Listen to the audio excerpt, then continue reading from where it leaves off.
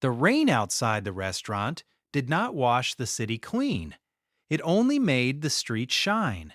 Neon lights reflected in puddles like broken jewels while expensive cars rolled slowly past the marble entrance of Ristorante Bellamara, the most exclusive dining room in Manhattan. Inside, the atmosphere was quieter than a cathedral. Crystal, glasses, white linen, soft violin music, and fear.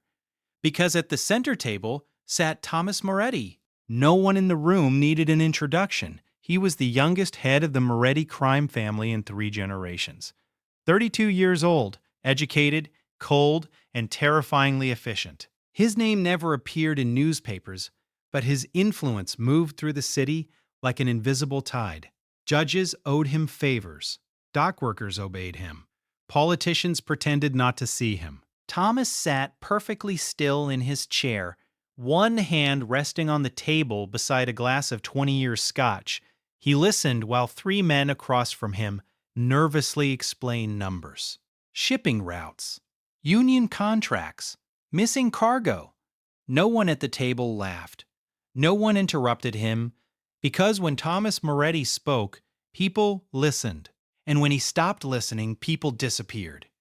Across the dining room, a young waitress adjusted her apron. Her name was Catherine Hale, 26, thin from long hours and skipped meals. Her dark hair was tied into a simple knot, and the oversized restaurant uniform hid most of her figure. That had been intentional. In places like Bellamara, beauty attracted the wrong kind of attention. Catherine preferred invisibility. Invisible people survived longer. Table 7 needs a refill, the manager whispered sharply behind her. Catherine glanced at the table. Her stomach tightened. Table 7 was Thomas Moretti. Everyone in the restaurant knew the rule. Never look him in the eye, never speak unless spoken to, and above all, never make a mistake. Catherine picked up the crystal decanter with steady hands. She had carried heavier burdens than a bottle of scotch. She walked across the polished floor. At the table, the men fell silent the moment she approached. Thomas didn't look up. He continued studying a document while speaking quietly. "The numbers don't match," he said. One of the men swallowed hard. "We'll fix it, Thomas." Thomas finally lifted his eyes, cold gray, calm. "You will," he said softly. Catherine carefully tilted the bottle to refill his glass. The restaurant was so quiet she could hear the violinist turning sheet music across the room. Her hands were steady until the man beside Thomas shifted suddenly. The movement was small, but it was enough. The bottle slipped slightly in Catherine's grip. Not enough to fall. Just enough for the scotch to spill over the rim of the glass. Amber liquid splashed onto Thomas's suit. 1 drop. 2. A thin trail down the sleeve of a jacket that probably cost more than Catherine made in 3 months. The restaurant froze. Forks stopped mid-air. The violins stopped playing. Catherine's heart dropped into her stomach. "I'm so sorry," she whispered immediately, reaching for a napkin. Her hand barely touched his sleeve. Thomas moved. His hand caught her wrist before she could wipe the spill.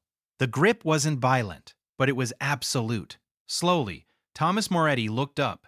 His eyes met hers. For the first time, Catherine understood why powerful men feared him. There was no anger in his expression, no emotion at all, just cold observation. "Do not," he said quietly, "touch me." He released her wrist. The manager rushed over immediately, nearly slipping in his hurry. "Mr. Moretti, I apologize. She's new, completely incompetent." Catherine stepped back, face burning. "I said I'm sorry." Thomas stood. He was taller than she expected. The entire dining room seemed smaller around him. He looked at the stain on his sleeve, then at Catherine. Then he laughed. It wasn't loud, it wasn't explosive. It was worse.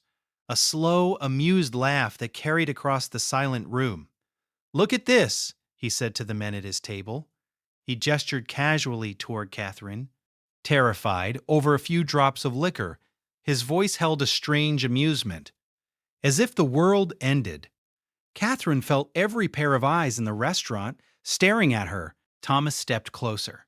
You people live such small lives, he continued calmly. One mistake and everything collapses. He glanced at the manager. How much do you pay her? The manager stammered. Minimum wage, sir. Thomas chuckled softly. Then the scotch costs more than she does. A few nervous laughs rippled from the table. Catherine's hands tightened around the empty decanter. Thomas turned away dismissively. Remove her, he said. The manager grabbed Catherine's arm. You're fired. The humiliation burned worse than anger. Catherine didn't argue. She simply nodded. Invisible people did not fight powerful men. They survived. She turned toward the kitchen doors. And that was when the front entrance burst open. Two bodyguards rushed inside.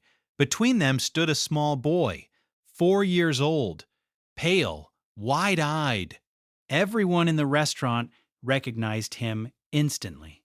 Daniel Moretti, Thomas Moretti's only child, the boy who had never spoken. Doctors called it trauma. After his mother died in a car bombing 3 years earlier, Daniel had never said another word. Thomas looked annoyed. What is he doing here? One guard answered nervously. He ran from the house, sir. We couldn't stop him. Daniel wasn't looking at his father. He was scanning the room, breathing fast, searching. Then his eyes landed on Catherine. She had stopped beside the kitchen door, wiping tears from her face. Daniel froze. For a moment, the world seemed to hold its breath. Then the boy ran, not toward his father, not toward the guards, straight toward the crying waitress. The manager tried to stop him. Hey, kid. But Daniel slipped past. He collided with Catherine, wrapping both arms around her waist. The force nearly knocked her over. Catherine froze in shock. The small boy clung to her like a lifeline. His shoulders shook as he cried. Then he looked up at her. His voice cracked from disuse, but the word came out clear. Mom. The entire restaurant went silent. One of the glasses slipped from Thomas Moretti's hand and shattered on the floor. No one moved. No one spoke. Because the silent heir of the Moretti Empire, the boy who had not spoken in 3 years, was clinging to a waitress in a cheap uniform, calling her mother, and Thomas Moretti was staring at Catherine like he had just seen a ghost. The restaurant had never been so quiet. Not during business deals, not during police raids, not even during funerals. But now every person inside Bellamara stood frozen, watching a small boy cling desperately to a waitress. Daniel Moretti buried his face in Catherine's uniform and cried as if the world had finally found him again. Mom, he repeated through tears.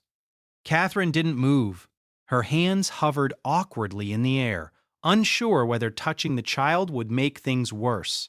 Across the room, Thomas Moretti stood perfectly still. For a man who controlled half the criminal economy of New York, stillness was normal. But this stillness was different. This was shock. His son had not spoken in 3 years. Not a word. Doctors had tried everything. Psychologists, speech therapists, neurological specialists flown in from Europe. Nothing worked. The boy had lived in silence until now.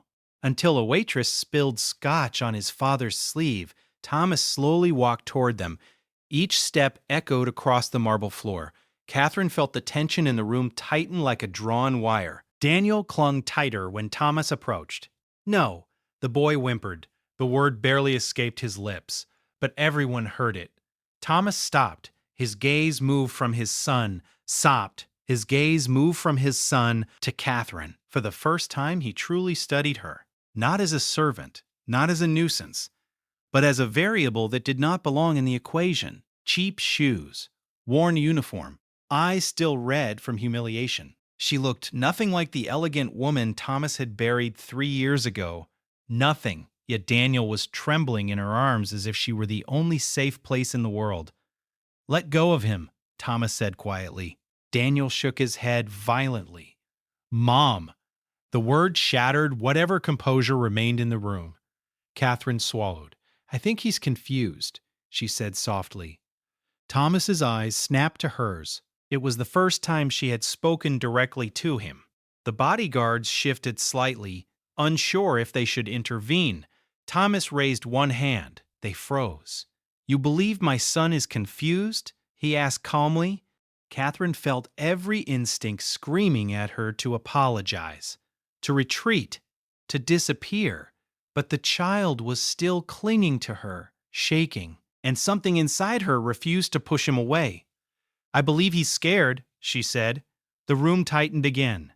No one spoke to Thomas Moretti like that, not without consequences. Thomas stared at her, waiting, measuring, evaluating. Then he crouched slightly in front of Daniel. "Daniel," he said. The boy didn't look at him. His small fingers were tangled tightly in Catherine's apron. "Daniel." Slowly, the child peeked out. Thomas kept his voice level. "Look at me." Daniel looked up. For a moment, father and son studied each other. "Why did you call her that?" Thomas asked. The boy's voice trembled. "She smells like Mom."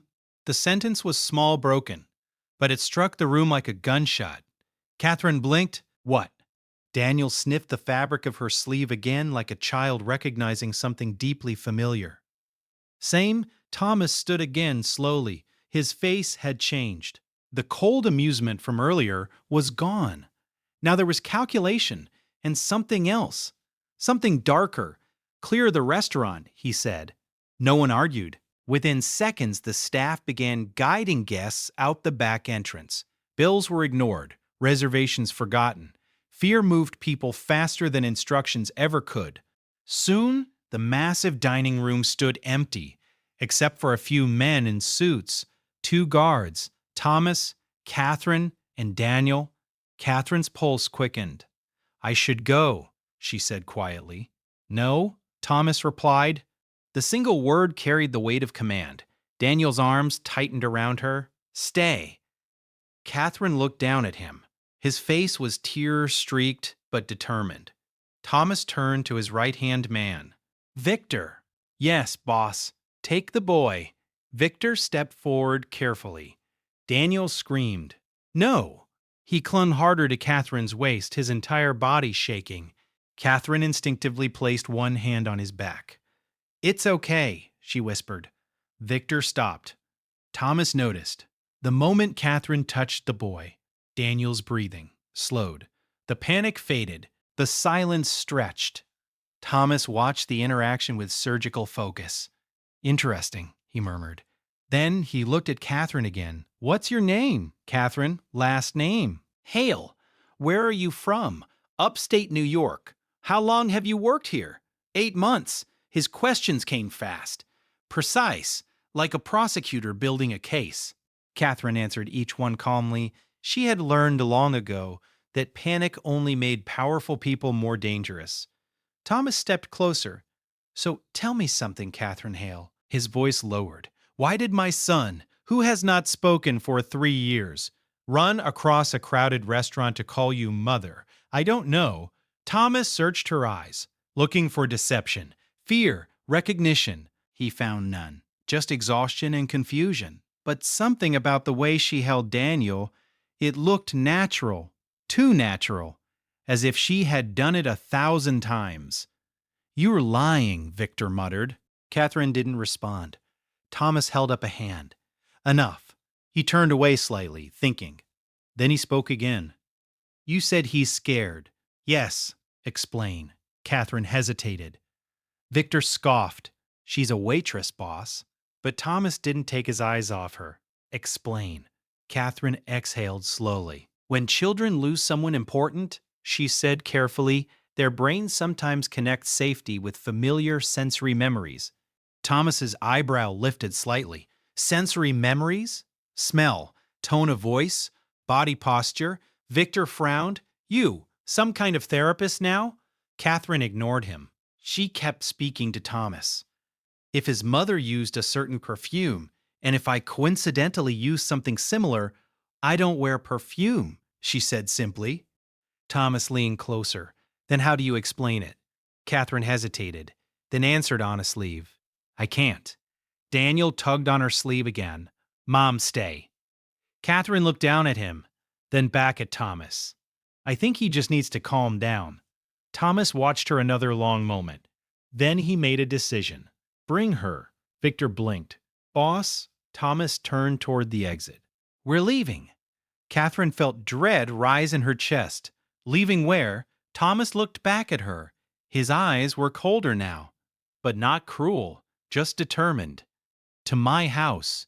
Catherine's stomach dropped. I'm not going anywhere. Thomas tilted his head slightly.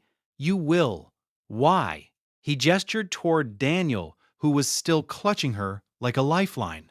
Because my son refuses to let go of you. Daniel nodded fiercely. Mom, stay. Thomas studied Catherine again, then said something unexpected. You may not know why he chose you, his voice lowered. But until I understand it, you are not leaving my sight. Victor smirked slightly. Congratulations, he muttered to Catherine. You just got promoted. Thomas opened the restaurant doors. Rain fell harder outside. Black SUVs waited along the curb. The city's most powerful criminal stepped into the storm, and the fired waitress followed him, with the silent air of the Moretti Empire holding her hand. The ride across the city was silent. Rain hammered the roof of the black SUV, while Manhattan's lights blurred past the tinted windows. Inside the vehicle sat 3 people, a mafia boss, a waitress, and a child who refused to let go of her hand. Daniel sat pressed against Catherine's side in the back seat, clutching her fingers with surprising strength for someone so small. He had not spoken again since leaving the restaurant, but every few minutes he looked up at her, just to make sure she was still there. Across from them, Victor watched with quiet suspicion. In the front seat, Thomas Moretti stared out the window, lost in thought. Catherine noticed something strange about him. He was not interrogating her anymore. He wasn't threatening her. He was thinking, carefully, like a man rebuilding a puzzle after discovering an impossible piece. The SUV slowed. The iron gates ahead were taller than most buildings in Catherine's hometown. They opened automatically as the convoy approached. Beyond them stood the Moretti estate. It wasn't just a house. It was a fortress, stone walls, private guards, security cameras hidden in the trees. The kind of place designed not just to impress, but to protect. The SUV rolled into the circular driveway. Victor stepped out first, then opened Catherine's door. She hesitated. This is a mistake, she said quietly. Thomas stepped out of the other side of the vehicle. Perhaps.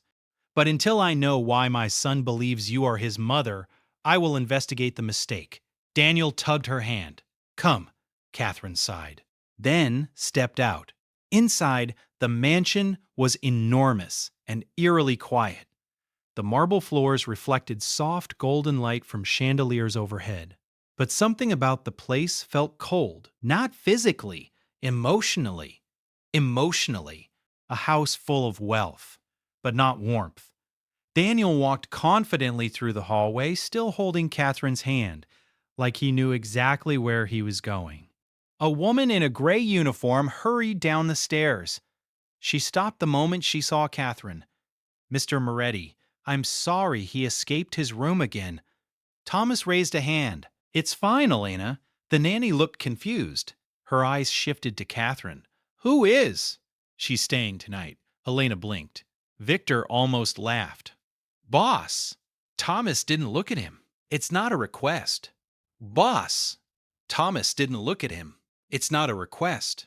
Victor closed his mouth. Elena nodded slowly. Daniel pulled Catherine toward the staircase. Room?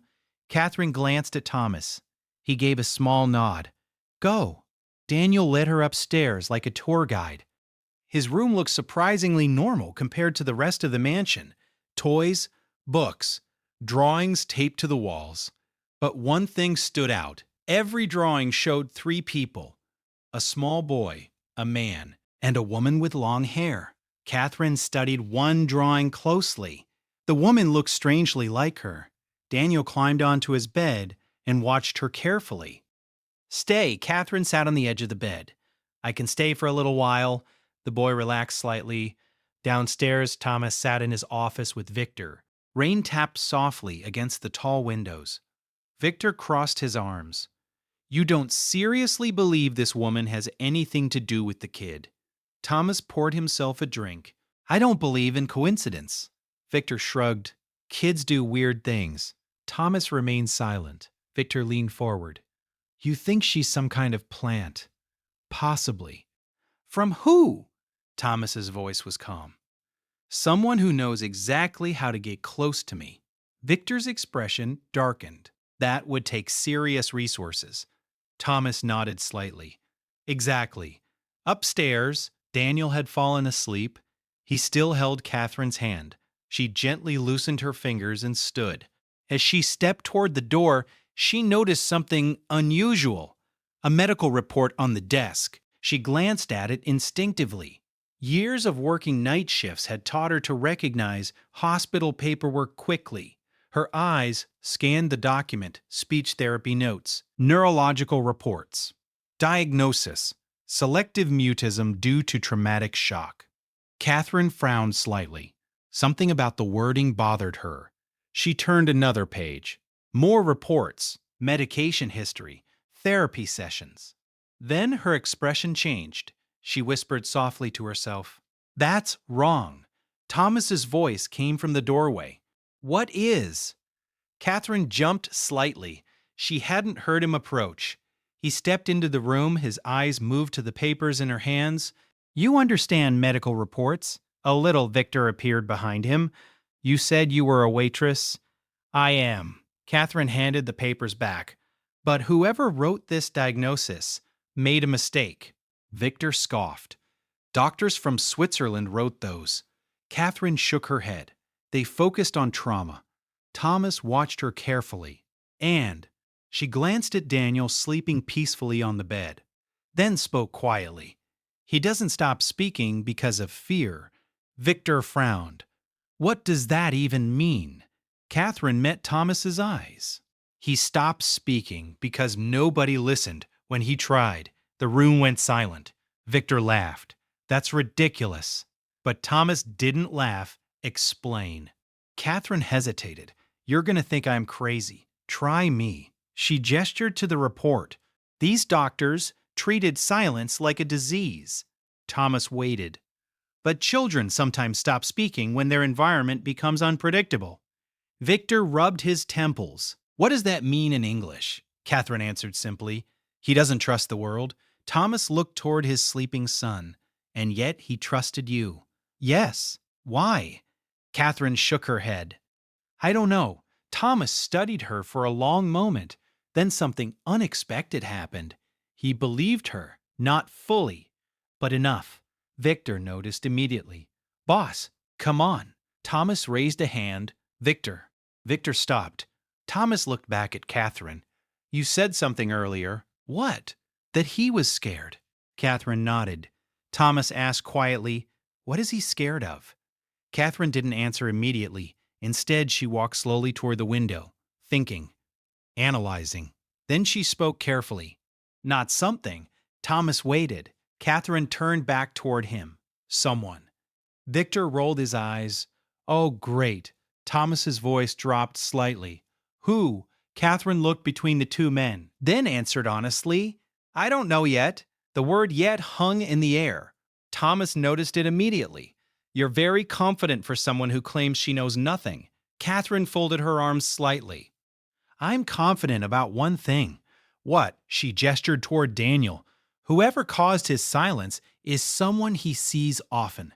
The room became very quiet. Victor stopped smiling. Thomas's expression changed slowly because there were only a handful of people Daniel saw regularly. The nanny, the guards, family members, and one person in particular who visited every week. Thomas's uncle. Victor spoke carefully. "You're saying someone inside this house hurt the kid." Catherine shook her head. "Not hurt." Then what? She met Thomas's eyes. They broke his trust. Thomas said nothing. But in that moment, something shifted. The waitress was no longer just a coincidence. She was becoming something else. A problem. Or a solution. And Thomas Moretti was beginning to listen to her before the evidence even existed. Thomas Moretti did not sleep that night. Men like him rarely did. But tonight it wasn't business that kept him awake. It was a waitress. and the possibility that she might be right. The mansion had gone quiet hours earlier, guards rotated shifts, the staff retreated to their quarters. Even Victor had finally left Thomas's office after repeating the same argument for 20 minutes. She's manipulating you.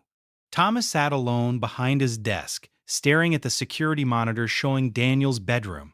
On the screen, Catherine sat beside the bed. She wasn't doing anything extraordinary, just reading a children's book softly while Daniel slept. Victor's words replayed in his mind. She's manipulating you. Thomas had spent most of his adult life detecting lies. Criminal negotiations were built on deception. He knew how to read people the way accountants read numbers. But Catherine Hale confused him. She showed no ambition, no fear of wealth, no interest in impressing him. When she spoke, she wasn't trying to gain favor. She was simply telling the truth as she saw it. That made her far more dangerous than a liar. A soft knock came at the office door. Thomas didn't turn. "Come in." Victor stepped inside again.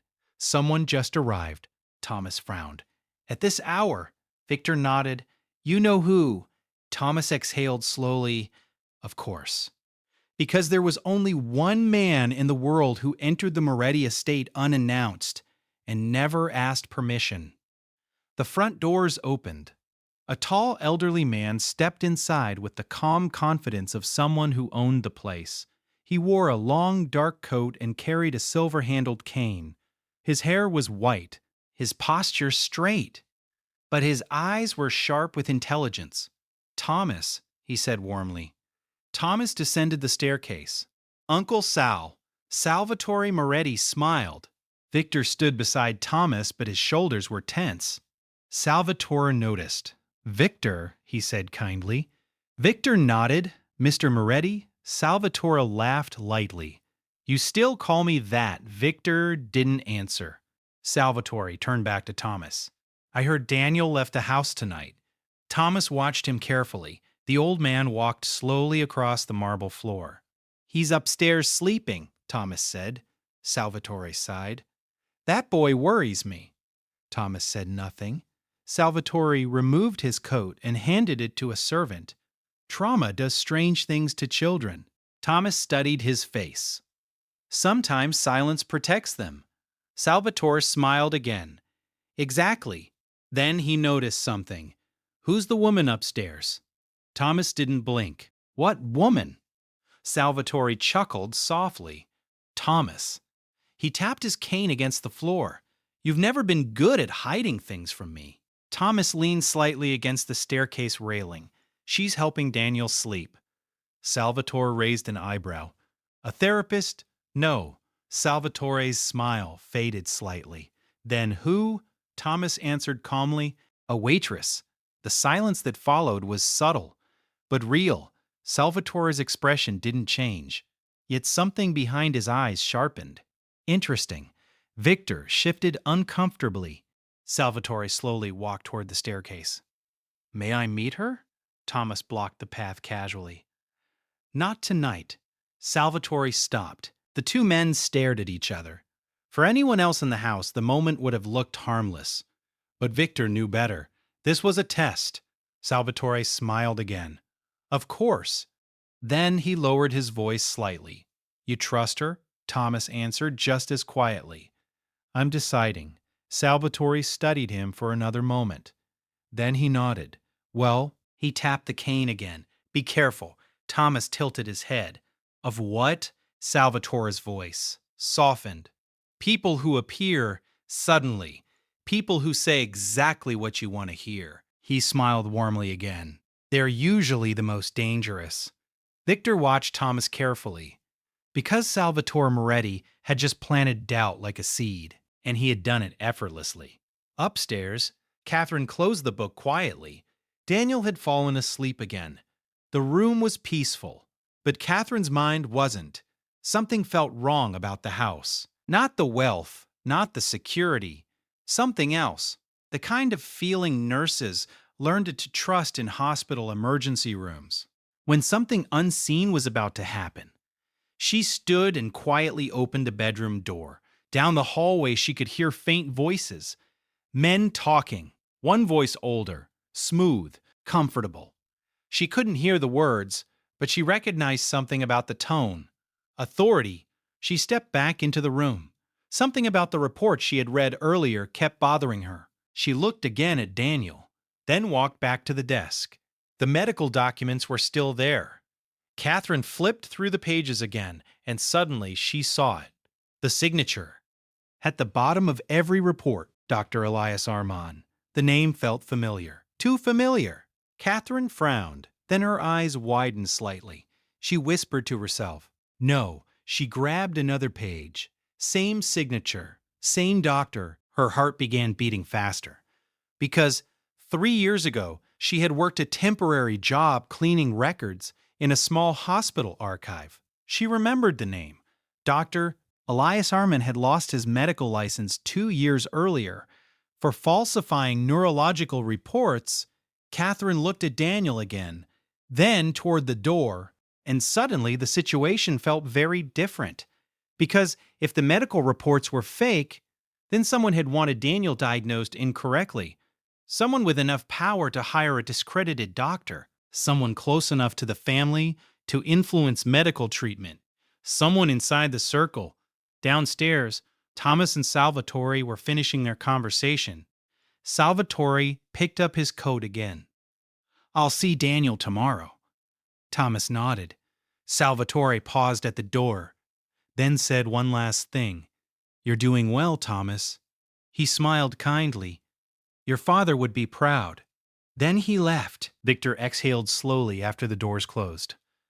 "I don't trust that man." Thomas watched the empty doorway. "You never did." Victor leaned closer. "You thinking what I'm thinking."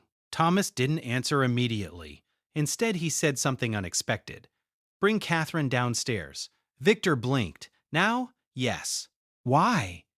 Thomas turned slowly toward the staircase. "Because if she's right, someone inside this house has been lying to me for 3 years." And for the first time since the night began, Thomas Moretti was no longer investigating the waitress. He was beginning to investigate his own family. Catherine stepped into Thomas Moretti's office, feeling like someone had placed her inside a machine that could crush her without warning. Victor stood near the door with his arms crossed. Thomas sat behind the massive desk, watching her carefully. The rain outside had stopped, but the house still felt heavy with tension. "You wanted to see me?" Catherine asked. Thomas gestured toward the chair across from him. "Sit." She did. For a moment, no one spoke. Thomas finally leaned forward. "You told me earlier that someone in this house broke my son's trust." Catherine nodded. "I said it was possible." Victor snorted. "And now she's about to tell us it's the butler." Thomas ignored him. "You found something upstairs." Catherine's eyes flicked toward Victor, then back to Thomas. "Yes." Thomas waited. Catherine slid a sheet of paper across the desk. Thomas looked down at it. Victor leaned closer. "What is this?" Catherine answered calmly. "The medical reports diagnosing Daniel's trauma." Victor rolled his eyes. "We've seen those." "Yes," Catherine said quietly, "but you probably didn't check the doctor." Thomas's gaze lifted slightly. "Explain." Catherine folded her hands.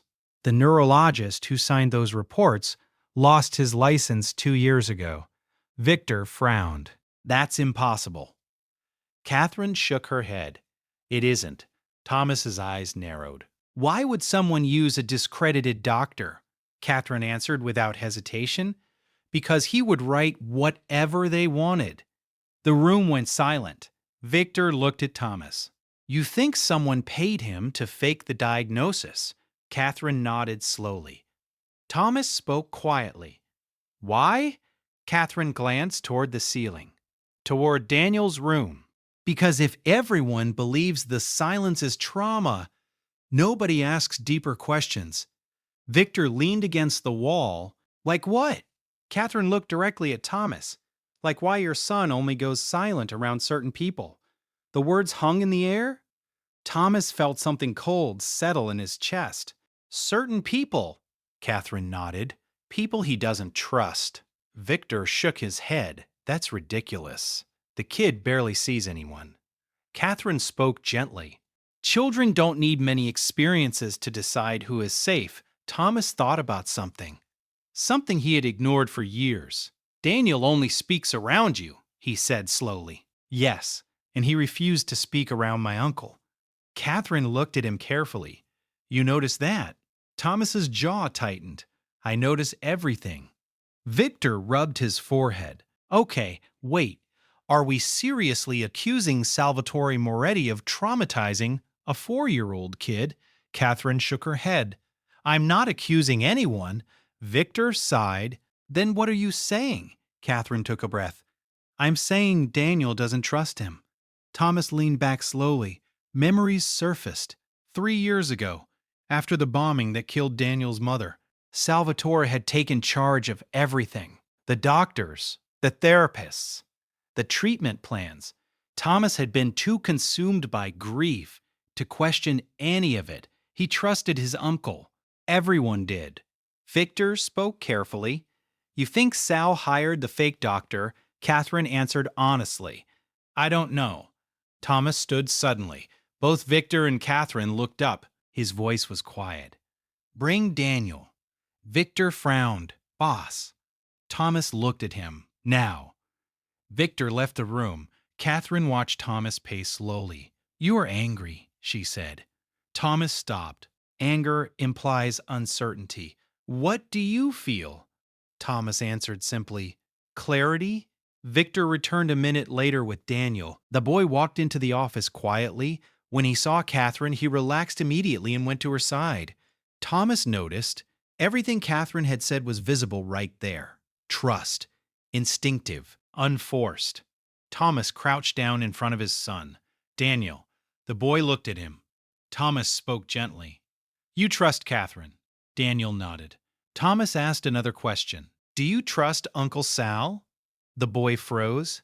Victor shifted slightly. Catherine watched Daniel carefully. The child's small hands tightened around her sleeve. His breathing changed. Fear. Catherine knelt beside him. It's okay, she whispered. Daniel shook his head. No. The word was small, but clear. Thomas felt something break quietly inside him. Why? He asked softly. Daniel's voice trembled. Bad man. Victor straightened immediately. What? Thomas held up a hand. Daniel. He kept his voice calm. What did he do? The boy looked down. He say Daniel struggled for the words. Thomas waited patiently. Finally, the child whispered, Mom, leave. The office became completely silent.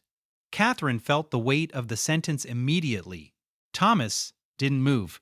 Say that again, he said. Daniel whispered the words.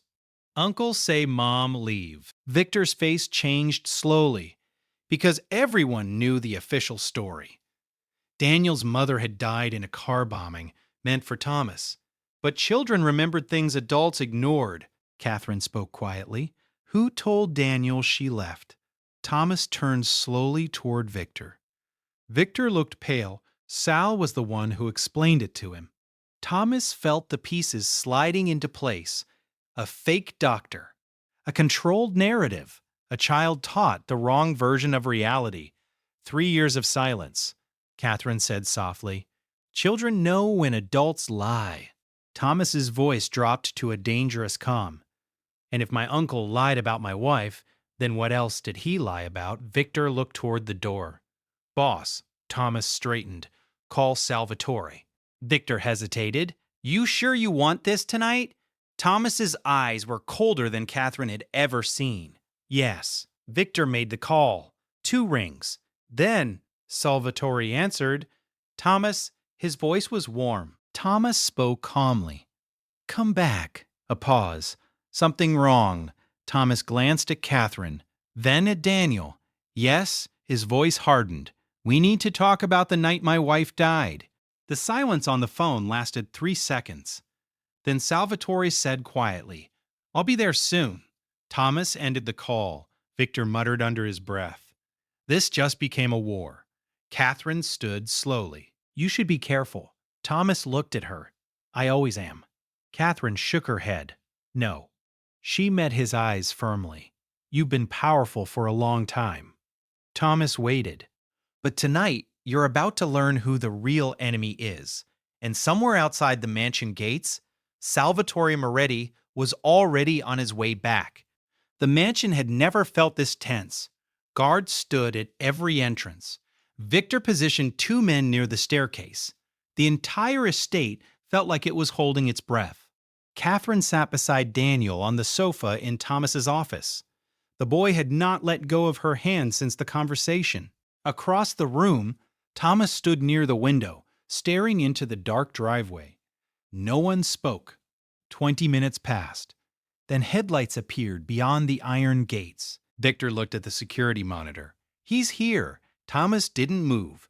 The gates opened. A black sedan rolled slowly up the long driveway and stopped in front of the mansion. Moments later, the doors opened. Salvatore Moretti stepped inside as if nothing were wrong. He removed his gloves calmly. You sounded urgent. His eyes moved across the room. Victor, Catherine, Daniel, finally Thomas. Salvatore smiled politely. Family meeting. Thomas gestured toward the center of the room. Sit. Salvatore sat comfortably. You're worrying me. Thomas remained standing. You should be worried. Salvatore studied him. That's serious. Thomas nodded once. Yes. The silence stretched. Finally, Thomas spoke. 3 years ago, my wife died in a car bombing. Salvatore nodded slowly. Yes?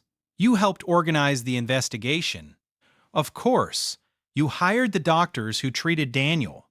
Salvatore smiled faintly. I did. Thomas placed the medical report on the table. Dr. Elias Arman. Salvatore's eyes flicked briefly toward the paper, then back to Thomas. Yes, he lost his medical license. A small pause. Salvatore shrugged.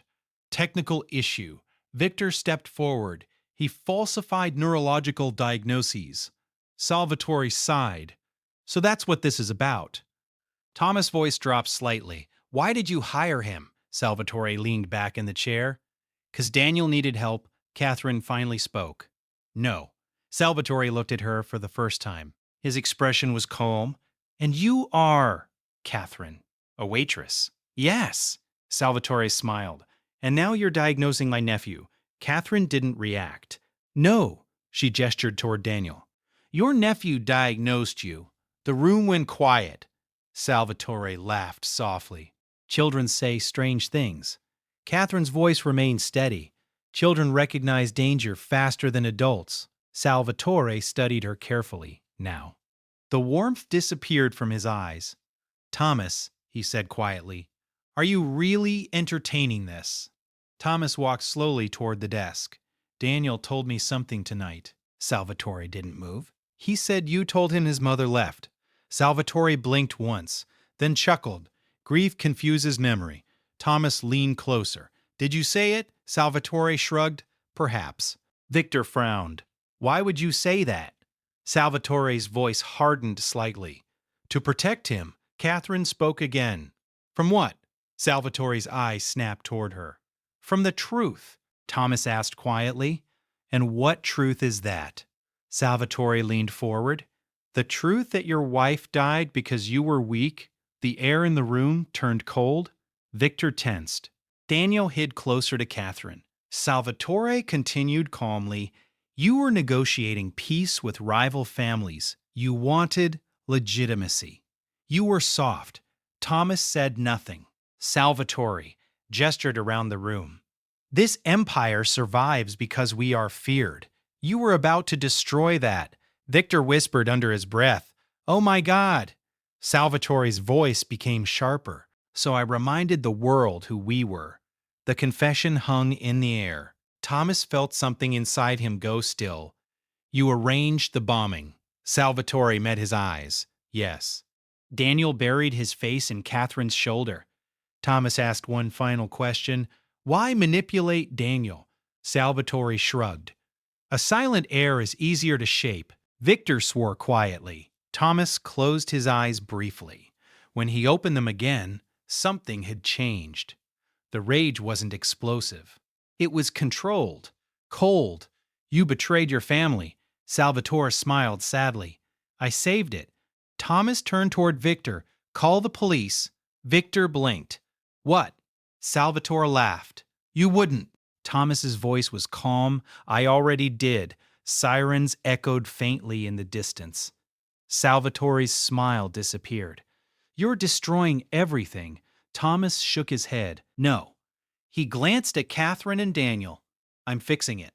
The sirens grew louder. Salvatore stood.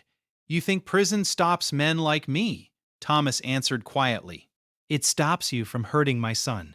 Police lights flashed outside the windows. Guards opened the doors. Detectives entered the mansion. Victor stepped aside. Salvatore looked at Thomas one last time. You've become weak. Thomas shook his head slowly. No. Then he said the words that ended everything. I become a father. The detectives placed Salvatore in handcuffs. As they led him away, the old man glared at Catherine. This was your doing. Catherine didn't respond. She just held Daniel. The doors closed behind the police. Silence returned to the mansion. Thomas stood still for a long moment. Then something unexpected happened. He walked toward Catherine, and slowly he knelt. Victor stared in disbelief. The most powerful crime boss in the city knelt in front of a waitress. Thomas looked up at her. You protected my son, Catherine said softly. He protected himself. Thomas nodded. But you listened when no one else did. Daniel hugged Catherine tighter. Thomas's voice lowered. I can give you anything. Money, a position, security. Catherine shook her head. I don't want power. Thomas studied her carefully. What do you want? Catherine looked down at Daniel. Then back at Thomas. A safe home for him. Thomas nodded immediately. You have my word. Catherine stood. Daniel still holding her hand.